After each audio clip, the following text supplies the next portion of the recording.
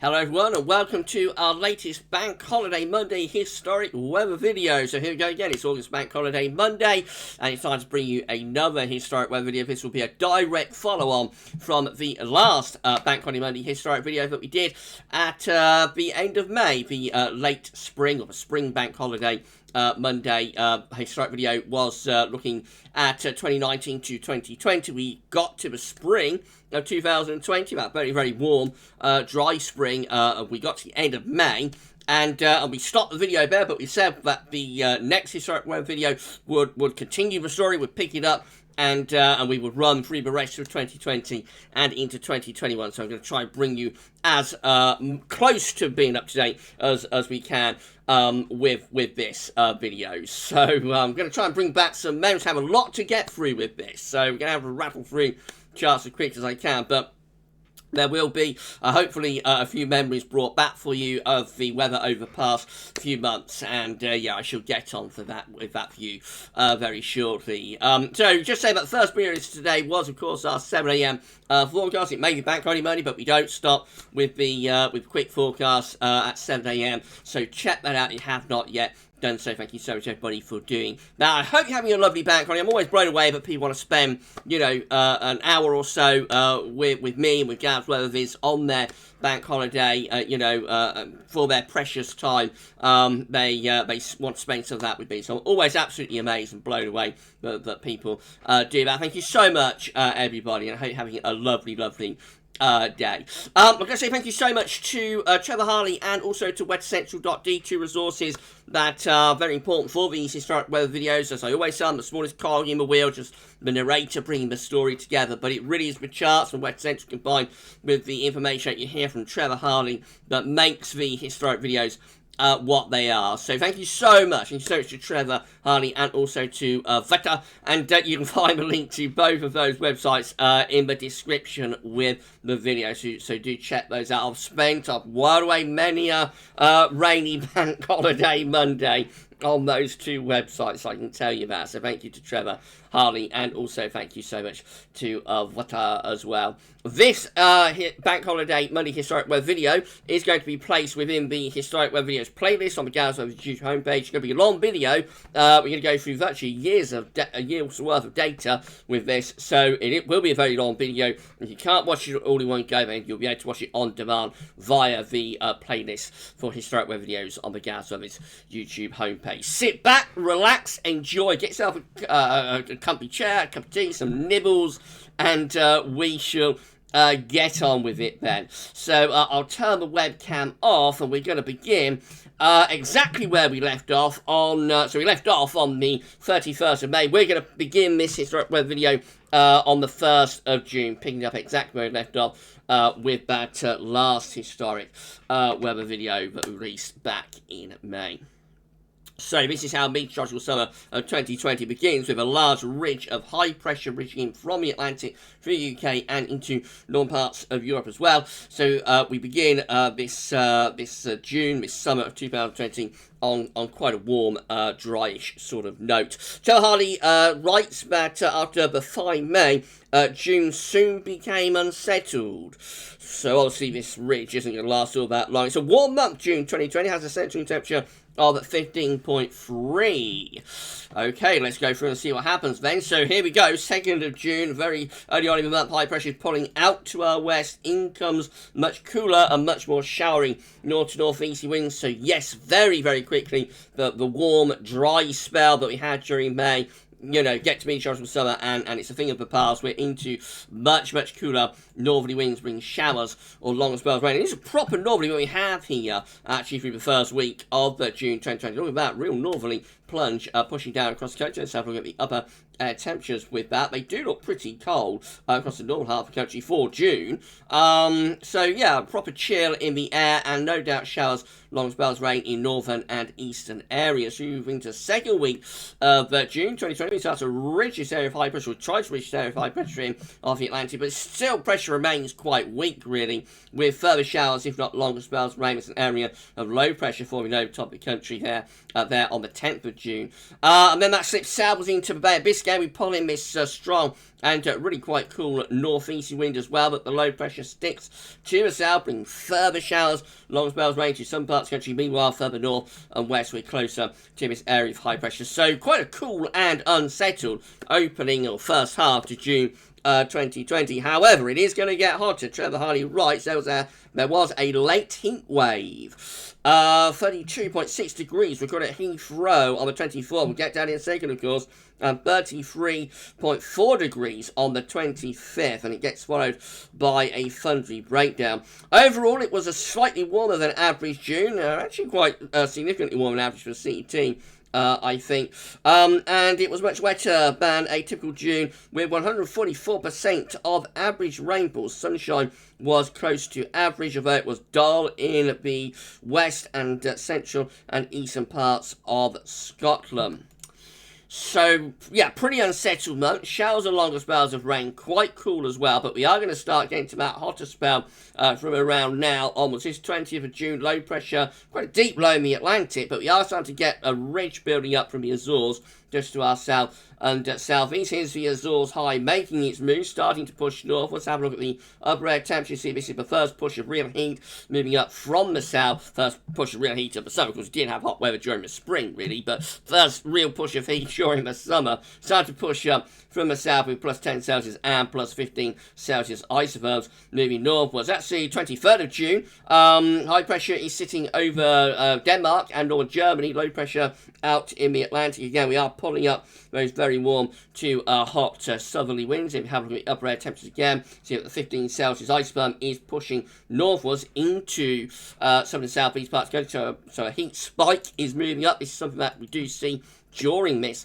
summer. That's the 24th of June, when we get the temperature up into the low 30 Celsius. We get 33 degrees as we get through to this period of the month. But there is a thundery low across the northern parts of France being triggered by that heat. Upper air temperatures do look pretty hot for southern and southeastern parts of the country. Thundery breakdown then takes place around the 25th, and then by 26th, 27th, we're back into much cooler and fresher winds from the Atlantic around that particular area of low pressure, which brings showers, long spells of rain in from off the Atlantic Ocean. That takes us into what is an unsettled, cool and wet end to June. July 2020 has a central temperature of 15.7. It's a cold and average month, although it does contain one of the hottest days on record at the very, very end of the month. More about that in a moment. But we begin July 2020 pulling in these cool northerly winds with showers, if not longer spells of rain coming in with those as well. It's an unsettled first week to July 2020. Low pressure, to the north of Scotland, brings strong, cool northwesterly winds with those showers and longer spells of rain as well. We try and get a bit of ridge building from the Azores high around the 6th and 7th. Does not really come to much. Low pressure just rolling in over top of that, keeping the cool and unsettled conditions going. Beyond that, into the second week of July 2020, we do get a little bit of a ridge building from the southwest, but it's a little bit flimsy, that ridge, and more low pressure coming in from the northwest, again bringing further showers, if not some longer spells of rain with it as well. Mid-month sees a little bit of a north-south split, warmer in the south, under the ridge from the Azores, still unsettled with low pressure rolling into the north of Scotland. Second half of the month keeps the cool northwesterly winds going with further showers, if not some longer spells of rain. About this month, Trevor Harley writes, overall cooler than average, wet with 122% of average rainfall, and very wet in southern Scotland during this month, and also northwestern England as well. It's also a dull month with only 83% of average sunshine.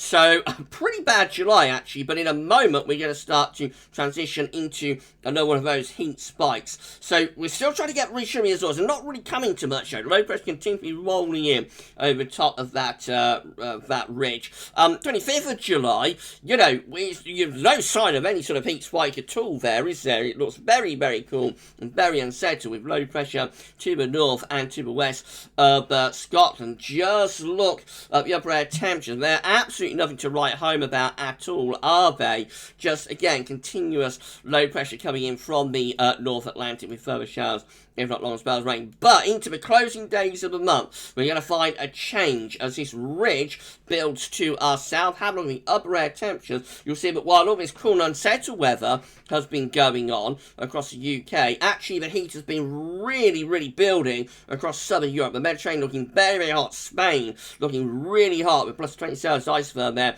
into the northern shores of Spain and Portugal. We're still quite cool even at this point on the 29th of July 2020, but the ridge is building from the Azores high, with this low pressure to west violence. It's a deep low, but low pressure to west violence was stalling. We start to pull up much hotter air from the south here on the 30th of July 2020. So up comes the plus 15 Celsius iceberg into England and Wales. The plus 20 Celsius iceberg is up into northern parts of France. This is another one of those heat spikes that we get quite a lot of these over recent summers. But we haven't had one this summer in 2021, interestingly. But previous summers like 2020 and 2019, and some degree like 2015 as well, very brief temporary heat spikes that really spike temperature, but only very briefly. So Trevor Harley writes about this. There was a very brief heat wave right at the end of the month, but the UK recorded its third highest temperature on record, and we get to 37.8 degrees, 38 degrees essentially, rounded up, at Heathrow on the 31st. This is it then, this is the day. Friday, 31st of July 2020 is my third hottest day on record. We get to 38 degrees. Look at the upper air temperatures for plus 20 Celsius. Iceberg surges north. If we roll back maybe to midday on the 31st of July, you can see how that plus 20 Celsius iceberg is there in the south and southeast. You know, 20, 30, 40 years ago, you hardly ever saw the plus 20 Celsius iceberg. Now it seems to happen most summers. Although it has not happened this summer, despite the fact that most parts of southern and the eastern and southern Europe have an exceptionally hot summer. We have not seen the plus 20 Celsius iceberg into the UK this summer. I don't think we will now, as we're at the end of August. But there it is. That is the third hottest day on record, 31st of July 2020. I did a live stream on that Friday night, and I have to tell you, it was very hard work. If anybody remembers the live stream that I did on Friday the 31st of July, after we had that tremendous heat spike during that Friday, then please let me know in the comments if you remember that. But yeah, it was very hot. I think we got around 35, 36 degrees here in Northants, but it was even hotter than that, 36, 37, 38 degrees in that far southeast corner. Of course, with the low pressure out in the Atlantic, that is also triggering a breakdown. I don't think thunderstorms were overly widespread, though, actually. It's not one of those sort of heat spikes that didn't really culminate in a great deal of thunder. It's disappointing, I think, from a thunderstorm perspective. Again, if you had storms on the last day of July 2020 with that heat spike, then let me know in the comments. We did not here in Northants. And we roll on into the 1st of August, and look at this very quickly. All of that heat has gone. It's pushed off into Germany.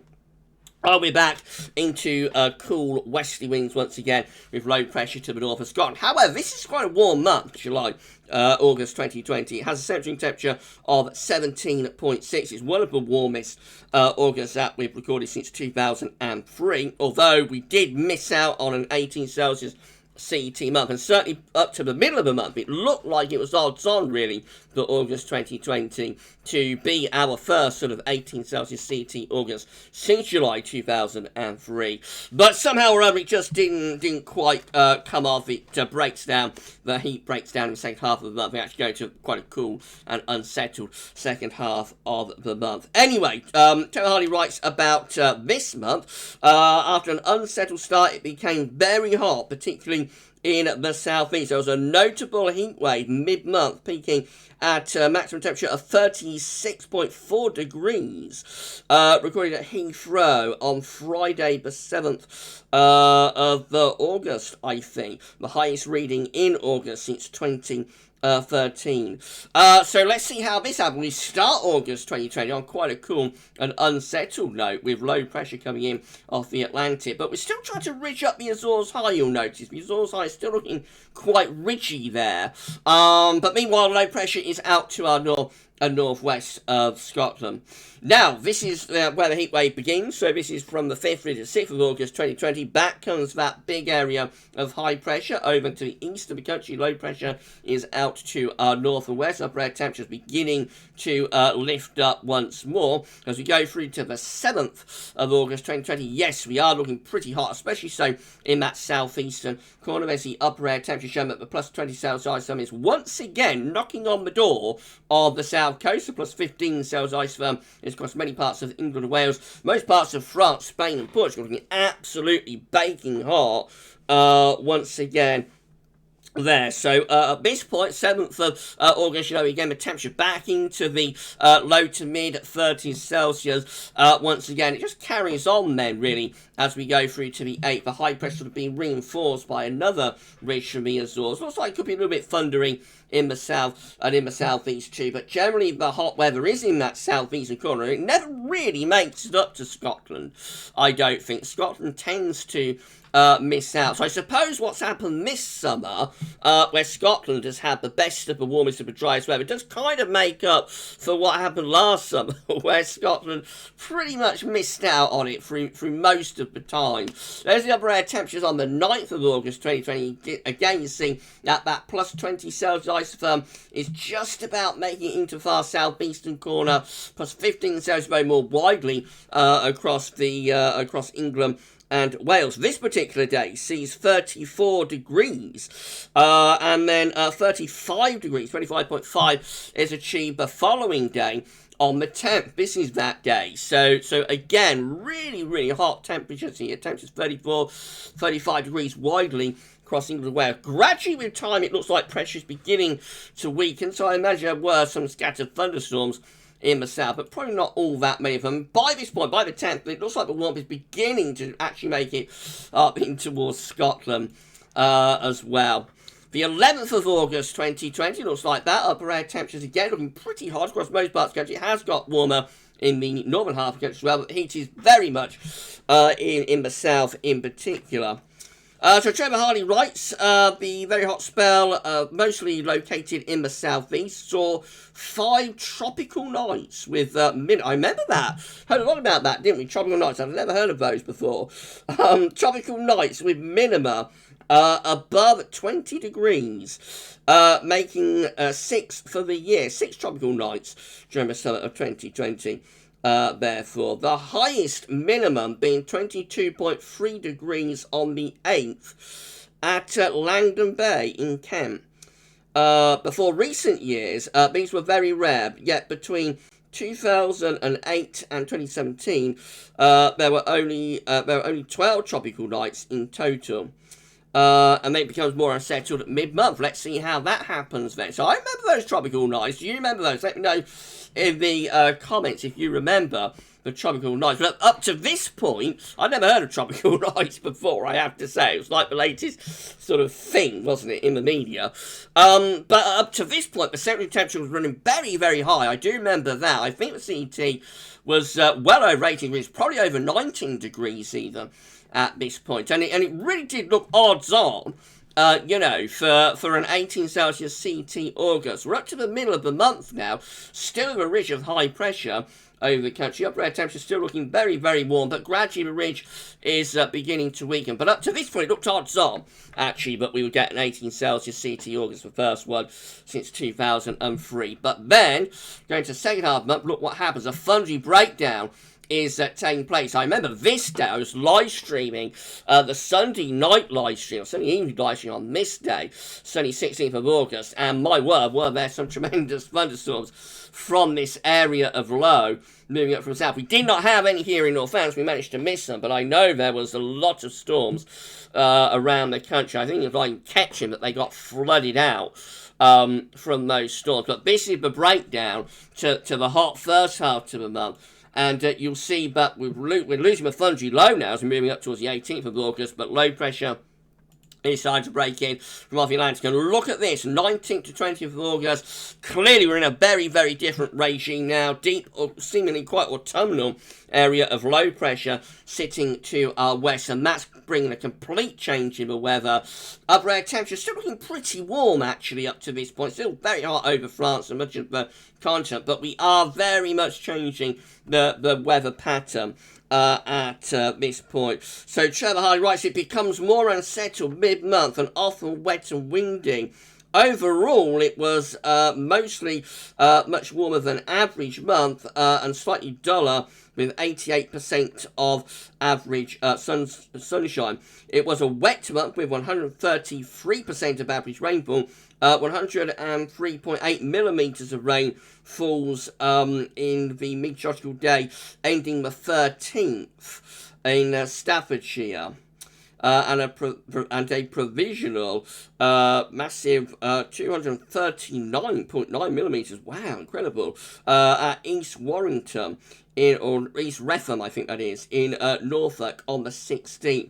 Which, when confirmed, so I don't know if that's been confirmed or not, but up to the point where Trevor Hardy writes this, it hadn't been.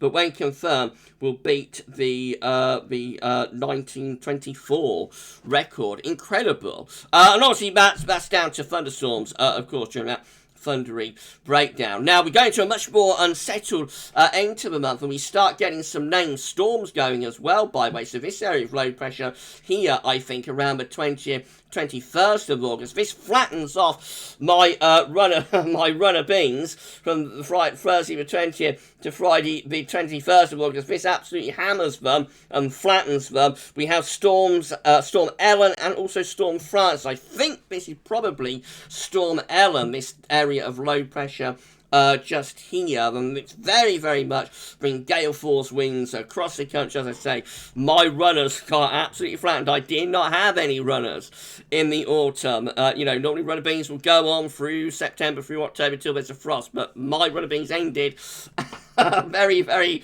sorrowly for themselves on this day, Friday 21st of August, from this area of low pressure. Absolutely incredible.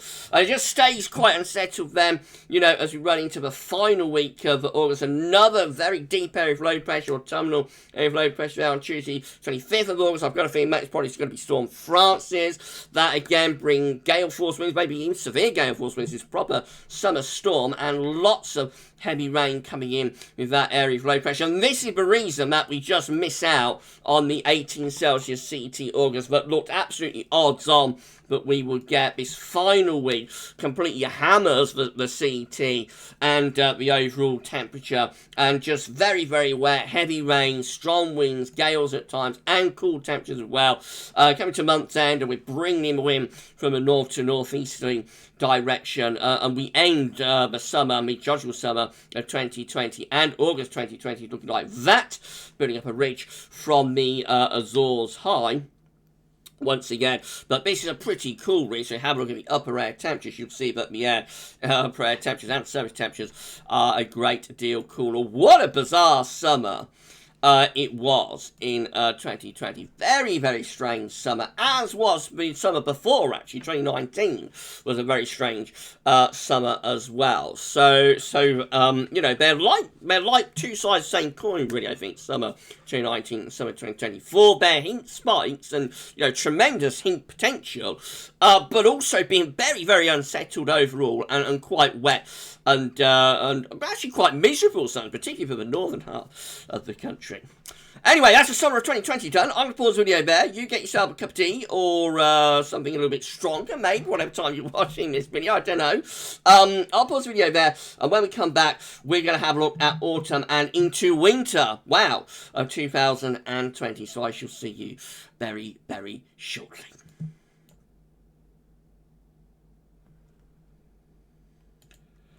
Okay, we're back and we're ready to resume our look at 2020 to 2021. If you enjoyed this historic web video so far, then please go and smash the like button. Make sure to subscribe to the channel. Thank you so much everybody for doing that, and drop a comment. Let us know what you think about this historic web video and all of our videos. Thank you so much for doing this for GavsWeatherVids. I hope you're having a lovely bank holiday Monday. Right, let's turn the webcam again, and we talked, of course, in the first part of the video, we were talking about the summer of 2020. Now we're going to push on into the autumn, and I'm going to try to get to December, maybe try to get to New Year before the next break. So let's do it, shall we? We're going to begin on. I'm so sorry, buddy. We're going to begin on the first day of September, first day of meteorological autumn.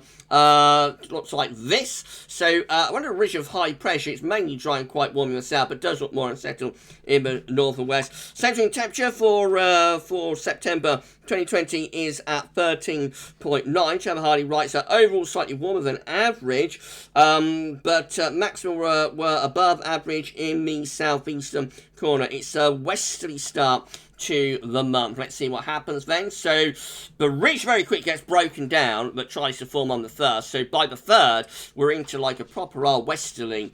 They're bringing showers along with spells of rain. Quite unusual for September not to start under an area of high pressure. This September 2021, I think, is going to start much more classically under an area of high pressure, but this one starts quite unsettled. Towards the end of the first week of September 2020, we start to build up a ridge from the Azores into the south. That begins to turn things drier and warmer up there. But in the north, it still looks pretty unsettled. That's how the upper air temperatures look. Generally quite warm, actually, across most parts of the country with those west to southwesterly winds. This month, we're going to have another mid-month heat wave. So, Trevor Harley writes that there was a very warm middle part of the month that on the 20... it was 29.6 degrees at Charwood on the 14th, and then 31.2 degrees at Frittenden, I think that is, near Tunbridge Wells on the 15th.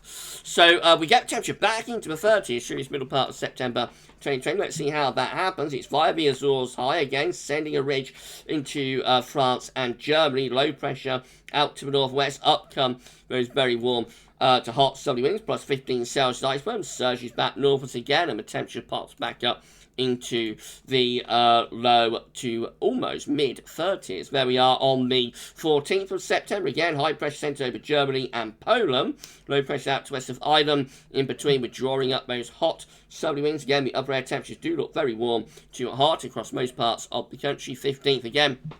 We maintain that, although it looks like there's a bit of a thundery low beginning to develop to our southwest. Some tropical element there in the North Atlantic. Of course, 2020 did have a big hurricane season, so we bring quite a few of those into the North Atlantic. Upper air temperatures on the 15th again shows really hot upper air temperatures for this southern and southeastern part of the country. Again, another one of those heat spikes, albeit not quite as extreme due to the lateness of the year, but not quite as extreme as the heat spike we had at the end of July. But overall, a very warm mid part of the month. High pressure sort of maintained again there on the 16th of September. High pressure still dominating weather on the 17th too. Upper air temperature looking very warm still across most parts of the country. This remains of a tropical storm. Hurricane is trying to break down the ridge. Does this break it down? Let's see what happens. It starts to divert southwards into the Bay of Biscay. So this middle part of September, I forget this, but this middle part of September is very dry and very warm actually, with high pressure dominating. But we are bringing some low pressure in towards the south here by the 19th. It's having a go at breaking down the ridge. Actually, the ridge does break down then quite quickly by the 22nd of September. All of a sudden, that ridge is gone. Lower pressure is coming into North Atlantic. Notice another remains of a hurricane, a tropical storm there around Newfoundland there on the 22nd of September. And then we go off into what looks like a much cooler, a much more unsettled spell as we move into the final week of September. Winds in from the north, low pressure over to the east of the country. The high pressure is broken down, and now we are commencing, properly commencing autumn. Bit of a ridge trying to get going on 27th, not really able to get to much, and low pressure comes back in for the final day of September 2020. So, yeah, we finish September 2020 on a proper autumnal note. Upper air temperatures, much closer to average. And again, it's that final week, I think, that pulls the CT back down into the 13th. Otherwise, again, particularly around the middle part of the month, into the third week of the month, it did look as though we'd have, a really warm CT for September 2020. But it's the last week of the month that pulled it back down. Right, so let's push on into October. This is how October begins. Properly autumnal now. Low pressure is over top of the country, bringing showers, if not longer spells, of rain and winds in from a pretty cool easterly direction. October 2020 has a central temperature of 10.5. That's around average, but I suppose in the more modern era, that's probably quite a coolish CT for October, really. And low pressure just dominating the weather here on the 3rd to the 4th. A big sort of dartboard low sitting over the top of the country. Joe Harley writes about this month, and it's very unsettled. It was very wet with 142% of average rainfall and very dull. It's a very dull month indeed. It was particularly wet in the east, I suppose, because of these areas of low pressure, being diverted a little bit south of their normal position. It was the 5th wettest and 5th dullest October on record. About average temperature overall, although there were some slightly cooler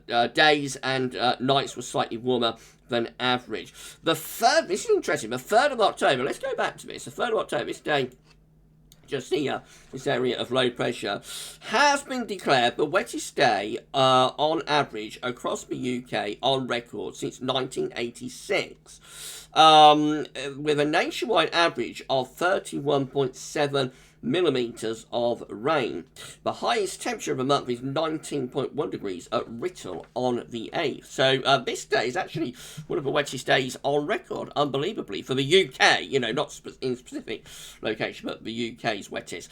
So just really wet here as we go through the first week of October. Low pressure ploughing in from off the Atlantic, and we keep this very unsettled weather going, really, as we move into the second week of the month as well. Another low pressure diving in from the northwest. So I do like for the autumn, I do like to, sometimes to see like a teaser for the coming winter. I think we do see it a little bit with this October, actually, because we do have quite a few areas of low pressure that are driving southwards, for example, or diving southwards, I should say. So, for example, here on the 11th of October, look at this low around Iceland. Now, look where that goes as we get through to the 12th of October. That low is diving southwards into the UK, and on the 13th of October, that low has dived in further southwards into southern England, northern parts of France, putting wind in from the east. I think that's a little bit of a teaser for the winter. That's kind of like the winter pattern beginning to assert itself a little bit.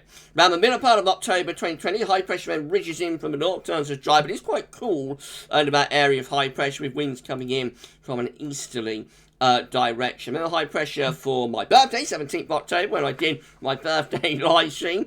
Thank you to everybody who donated on that birthday live stream. It was an absolutely incredible live stream. That high pressure sort of pulls out into the North Atlantic, and we try to then start to pull up some warmer air from the south, actually, with this area of low pressure around the Azores. But it's a very unusual weather pattern. It's not a typical sort of zonal, unsettled weather pattern at all, this. But it is, it is quite an unusual pattern that we have. Now, we're coming to the last week of October 2020, looking very wet and windy. This is more, actually, traditionally zonal, with deep low pressure in the Atlantic. A lot of these lows contain remains of tropical storms and hurricanes from the big hurricane season that it had in 2020, of course. And this is more classically zonal and westerly now, as we come up to the end of October 2020, with low pressure continuously ploughing in from off the Atlantic Ocean. And that takes us into November 2020, which is a very wet and windy month as well. Again, see tightly packed isobars, gale force winds for the first day of November 2020.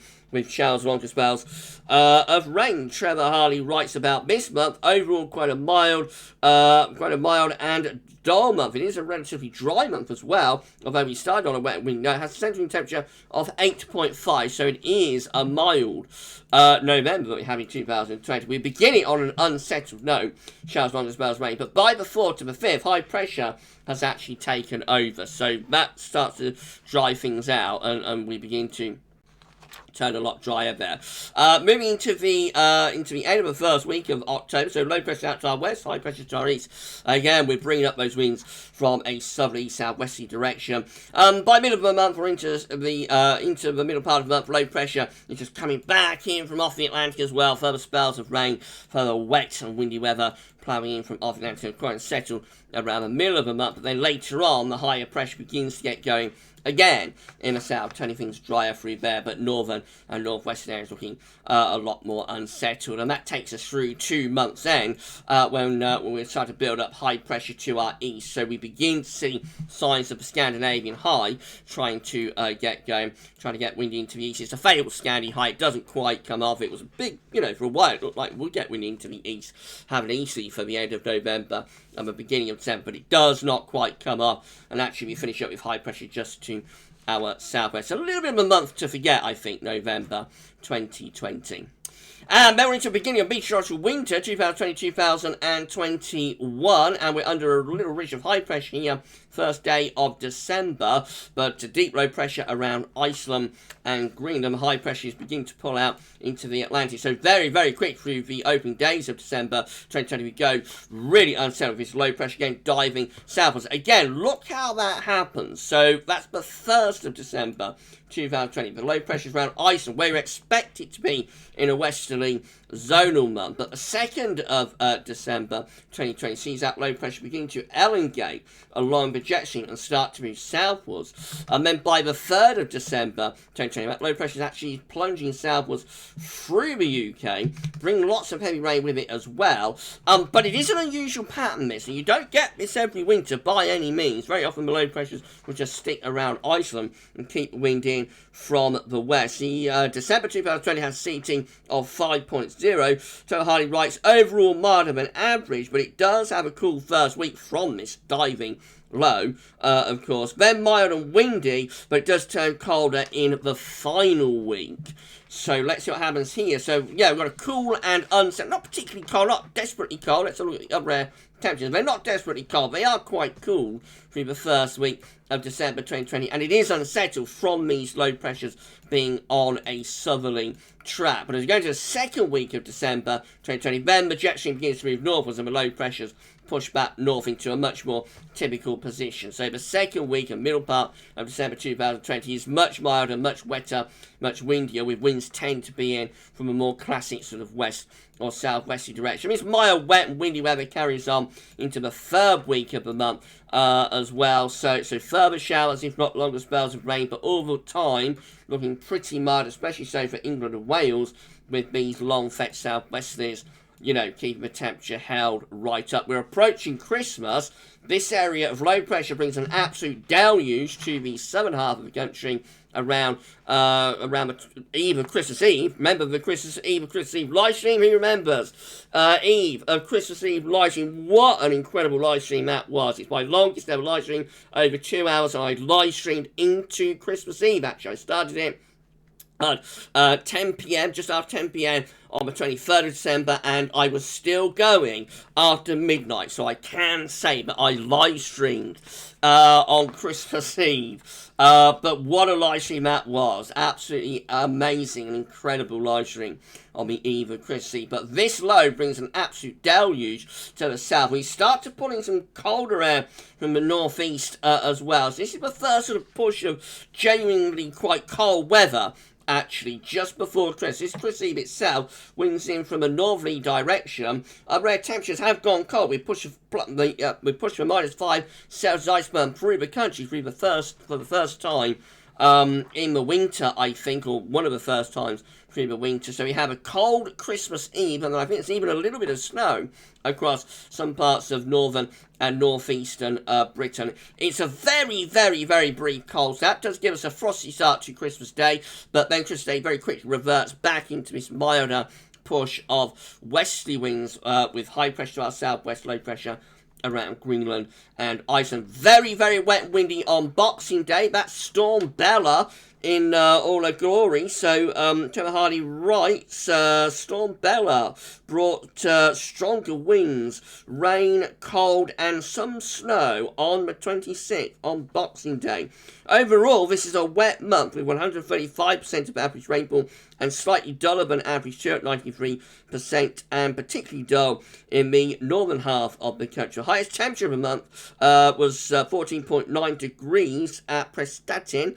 That was on the 18th, and the lowest temperature at -10.2 Dalwhinnie is still to come on the 30th. Let's see what happens then. So again, look at Storm Bella on Boxing Day. Storm Bella is here between Scotland and Iceland. On the 27th, though, Storm Bella is moving southwards into Scotland. As she comes southwards, she begins to pull the wind into that northerly direction. And by 23rd to 28th of December, Storm Bella has actually plunged southwards into northern France, and around Storm Bella, we're pulling in those cold winds from the north. This sets up a cold end to the year into northerly winds there by 29th December 2020, and those cold northerly winds then persist through to the end of the year. Remember, the 30th of December has the coldest temperature of the month at Dalwhinnie, and go down to -10.2 degrees Celsius. But we get to New Year's Eve of 2020, the last day of the year, and December, last day of the year, on a pretty cold note. Right, I think we'll pause the video there, and when we return, we can look at the rest of the winter of 2020-2021, and we'll try and push on into the spring before we go as well. I'm going to pause the video then, and I'll see you back in 2 seconds' time. Okay, we're back, and we're ready to resume the third part of this historic weather video looking at 2020-2021. If you enjoyed the video so far, please hit the smash like button. Make sure to subscribe to the channel. Thank you so much to everybody for doing that. Drop a comment. Let us know what you think. I hope you're having a lovely, lovely bank holiday Monday. And thank you so much for spending this time with me and with GavsWeatherVids on your precious, precious bank holiday. Right, so where we left off was on New Year's Eve 2020. We're going to pick it up on New Year's Day 2020, and here we go. Have a cold New Year. We haven't had a cold New Year up to this point for many years. I think the last one was probably 2009, 2010.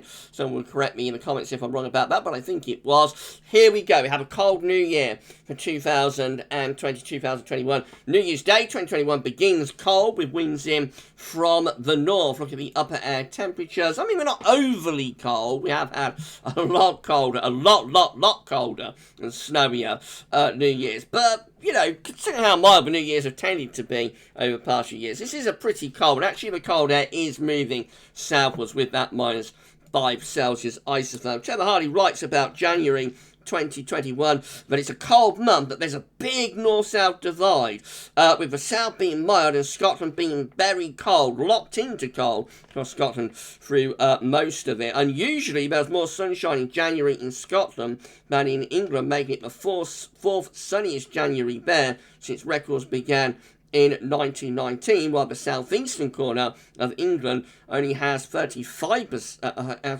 hours of sunshine, on average all month. Wow, incredible. So as I say, we start on a cold note with this January. We keep it cold through the opening days. Actually, we pick up an east. We get an easterly there. High pressure trying to get itself to Scandinavia, or gets itself to Scandinavia, and does bring in an easterly on the 3rd of January 2021. When was the last time we had like a January easterly? It's not particularly beastly easterly. The upper air temperatures aren't particularly cold, to be honest, but very unusual over recent years anyway to have easterly winds. I think this does drive in snow showers into eastern parts of the country in particular. So the month started very cold. The month started very cold with snow and some harsh frost. It was minus 12.3 at Lochglasglarnock on the 6th and minus 13.0 at Dowick on the 9th. And then it gets milder in the south, but it stays largely cold in the north of the country. With central areas becoming something of a battleground between cold and mild air masses. So let's see what happens. We've got wind in for east there on the 4th. Those easterlies continuing into the 5th and into 6th as well. Begin to lose easterly by the 7th, but turning into a northerly then. So we go from easterlies to northerlies, and now we are starting to get some properly cold upper air temperatures into north of Scotland with a minus 10 Celsius ice firm coming southwards. That definitely brings snow showers into the north and longer spells of snow as well. Pretty cold still on the 8th, but the ridge is slipping and we're turning wind into more of a westerly, you'll notice, by the 10th. So this takes us into a milder spell for the southern half of the country, but still pretty cold across Scotland. Notice that minus 5 Celsius iceberg never pulls out of Scotland, so they stay in the cold air. Rest of the country, though, turning milder by the 11th, and that really sets up, the pattern of the rest of the month, with the south looking pretty mild, but the north, and particularly the northeast, never really getting out of the cold air. By the middle of the month, we begin to build high pressure back to our northeast again. That's trying to return us back into colder air once more, but again that's a bit of a failure, and low pressure comes back in then from off the Atlantic, return particularly the south to a milder southwesterly wind up to the 17th and the 18th. Again the battle is continuing, mild in the south, colder in the north, with this area of low pressure potentially bringing snow into the northern part of the country, but again down in the south it's all rain. Remember, if you're in this yellow area, that is the 0 Celsius ice firm, or above the 0 Celsius, above 0 Celsius 850 HPA, with that black line being the 0 Celsius ice firm. If you are in that area, then it cannot snow. If you're in that yellow area, it cannot snow. You will have rain, or if it's cold enough with the dew points freezing, rain. So we go through a few days, so we get through 23rd of January 2021. There are a few days missing within the archive at website, so I'm not quite sure why that's the case. 23rd of January is our next chart, though, and again, low pressure is dominating the weather. The direction has moved southwards, though. Colder air is beginning to return southwards once again. This bringing a more widespread snow risk to the northern half of the country. Joe Holly writes, named Storm Christoph brought windy and very wet weather to the UK on the 19th, 21st, which unfortunately we can't see because we don't have that within the archive, regrettably, with 100 millimetres of rain widespread, leading to flooding and eventually bring cold air and snow to the Midlands. Of course, northern areas have snow from that as well. On the recording day ending the 20th of January 2021, 132.8 millimetres of rain fell at Hollister Pass in Cumbria. It became milder in the south but remained cold in Scotland. It reached plus 14 degrees Celsius, plus 14 Celsius at Pershore on the 28th, with a maximum there of, I'd say, plus 14, but a minimum minus 13 at Braemar on the 31st. Let's see what happens then. So here we're in a cold sort of pattern via Christoph, all areas within the minus 5 Celsius isotherm. But very quickly towards month's end, we bring up a much milder wind from the southwest, except in Scotland, where they stay again in that cold air. Look, minus 5 Celsius isotherm still there far northeast, but otherwise most areas looking a great deal milder there as we come to month's end. Although by the very end of the month, actually we're starting to dig colder air back in from the east once again. Looking at the upper air temperatures, they're beginning to cool off through England and Wales. It's just the far south, southwest looking mild, and Scotland into northeast England starting to turn quite a bit colder there. And then that takes us through, of course, to February 2021, which begins looking like this. So this has a central temperature of 5.1. So it's relatively mild month, actually, but it does contain the coldest spell of the winter. How does that happen? Well, you'll see in a moment. 2nd of February 2021 is unsettled with low pressure over top of the country. Upper air temperature looking relatively mild again, except across Scotland. Of course, where we've got this boundary, this dividing line, which is really southern Scotland, there's a huge amount of snow actually through all of this, where we're on the boundary between the cold air stuck over Scotland and the milder air that's for Ireland England and Wales. So those of you watching from southern parts of Scotland, South Scotland, will know how much snow you had during this winter, and there was a lot of snow actually. Those in the south will be very surprised how much snow fell across like central and southern parts of Scotland. Trevor Harley writes about this February that there was a cold first half of the month, but very mild in the second half, making for a near average month overall, which hides a very cold and snowy spell, particularly in the east around the middle part of the month. Again, it's another wet month with 116% of average rainfall and near average sunshine overall. Highest temperature this month is 18.4 degrees. Wow, like May temperatures.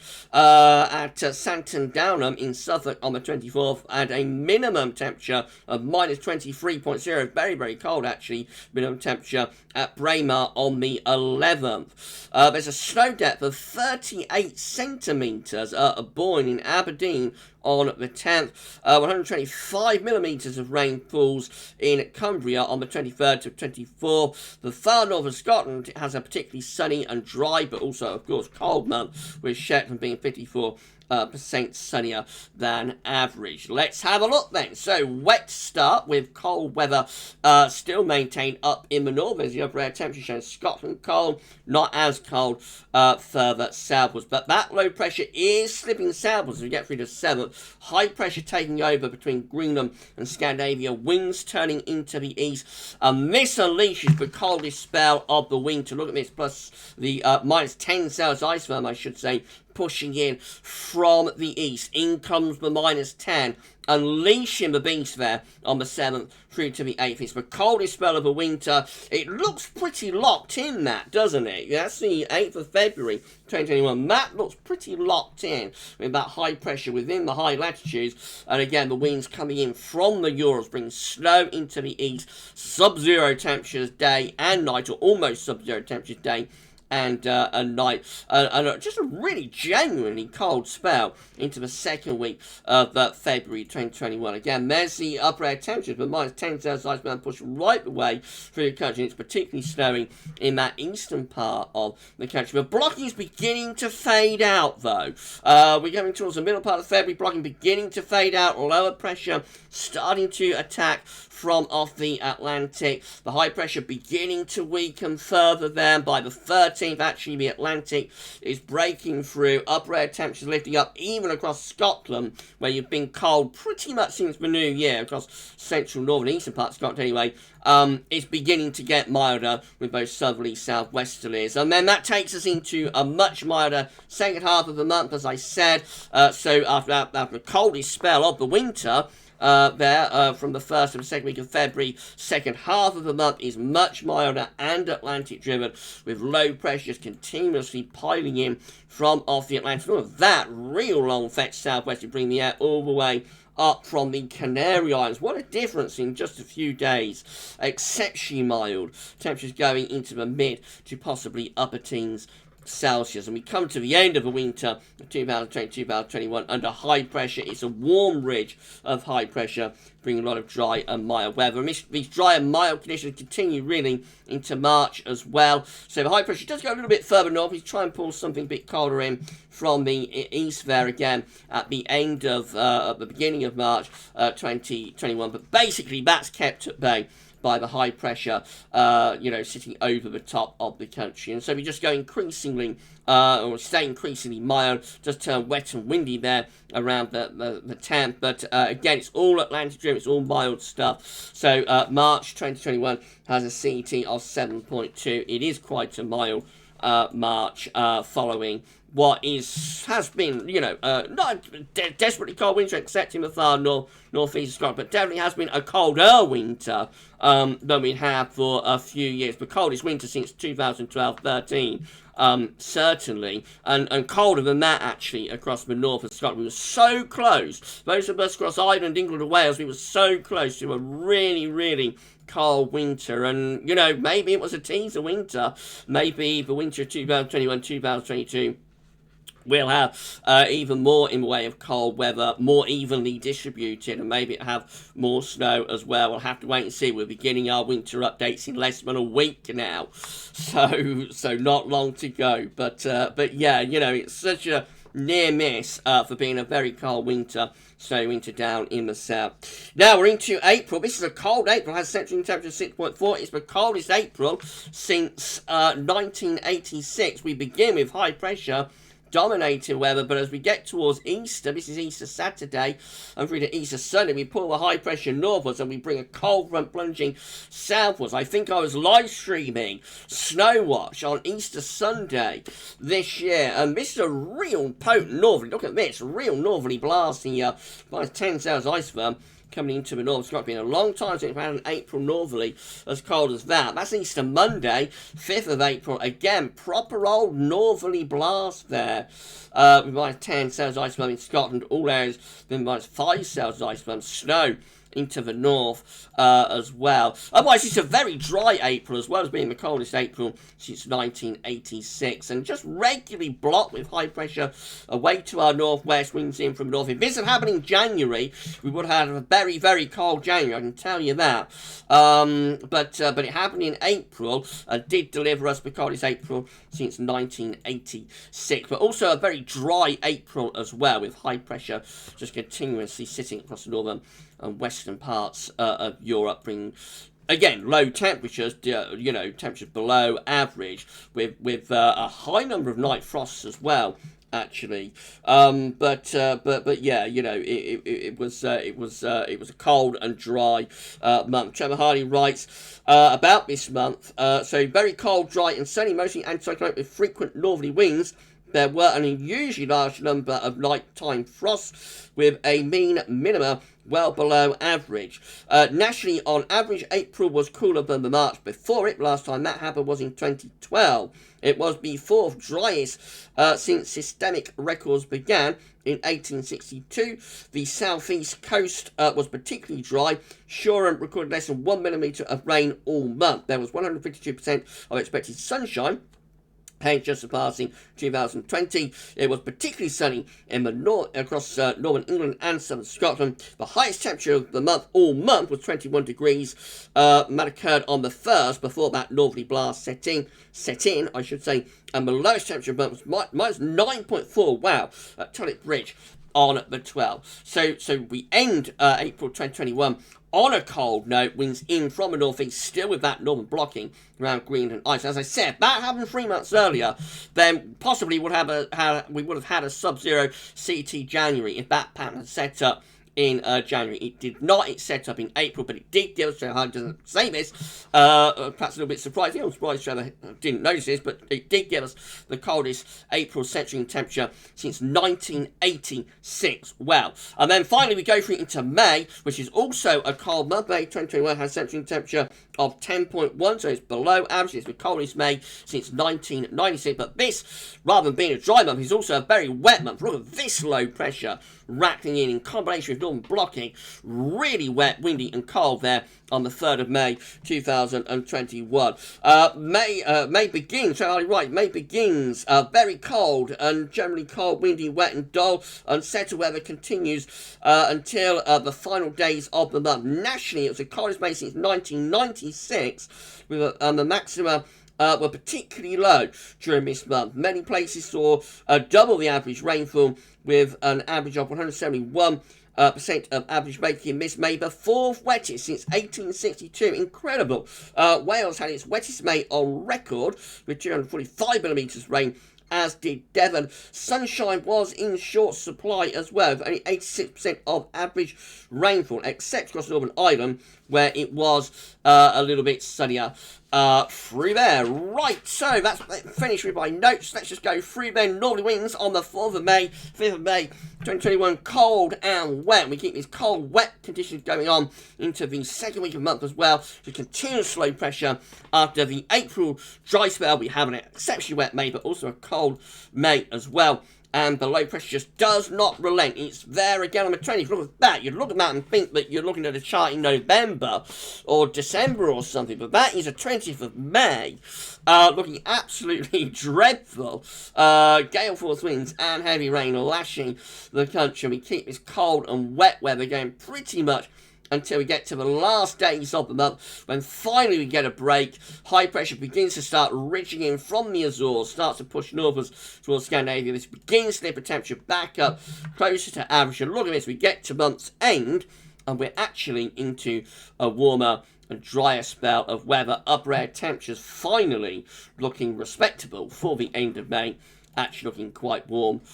And then, as we know, that takes us into what has been quite a warm but never excessively hot summer for 2021. But of course, summer 2021 is going to be another story, and maybe one day we'll do a historic weather video about that. At some point, we'll have to wait and see.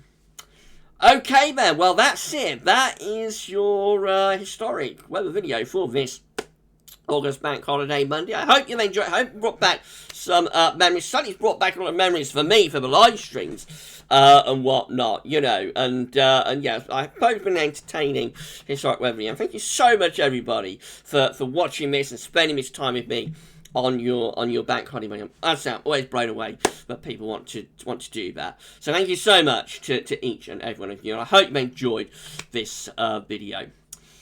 So the next so that's it for historic weather videos for bank holidays, really now, until Christmas. There won't be another bank holiday until Christmas, so I doubt we'll do another historic weather video until then. I can tell you, but Christmas Day's historic weather video, I can already give you that, is going to be a follow-on from the Christmas Day historic weather video we did last year, when we looked at every Christmas Day's weather since, I think it was 1836, wasn't it? This year we'll do exactly the same thing, but we'll look at the new year. So it's going to be every New Year's weather since 1836. That will be this year's Christmas Day historic weather video. It's going to be great. It's going to be fantastic. I'm absolutely excited about doing it.